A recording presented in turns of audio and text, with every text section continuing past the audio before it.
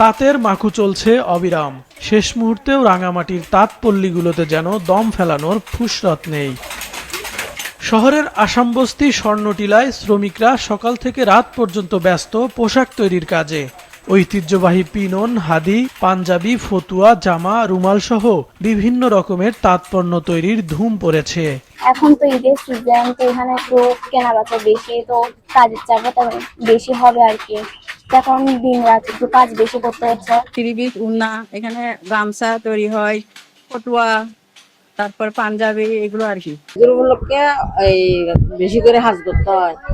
কারখানায় উৎপাদিত এসব পণ্য চলে যাচ্ছে অভিজাত টেক্সটাইল শোরুমগুলোতে। শহরের তবলছড়ি টেক্সটাইল মার্কেট, রিজার্ভ বাজার, কাঁঠালতলী ও পর্যটন এলাকার টেক্সটাইল দোকানগুলোতে ভরে উঠেছে নতুন পণ্যে। ঈদকে সামনে রেখে বিভিন্ন রকমের পাঞ্জাবি এবং নিত্য নতুন এবং বিভিন্ন রকমের প্রোডাক্ট আমরা উৎপন্ন করেছি। প্রত্যেকবারের মতো এবারও প্রস্তুতি ভালো। আমরা এখন টুরিস্টের অপেক্ষায় আছি, আশা করতেছি ভালো কিছু হবে। পাঞ্জাবি পাবেন, ফতুয়া আছে, লুঙ্গি, গামছা, তারপরে শাড়ি আছে মেয়েদের, তারপরে আপনার থ্রি পিস ভালো ভালো কালেকশন আমরা করেছি এবং আমাদের নিজস্ব কারখানা তৈরি করা আছে।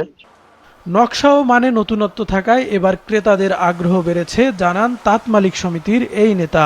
আশা করছি আগামী ঈদের বন্ধতে প্রচুর টুরিস্ট আসবে।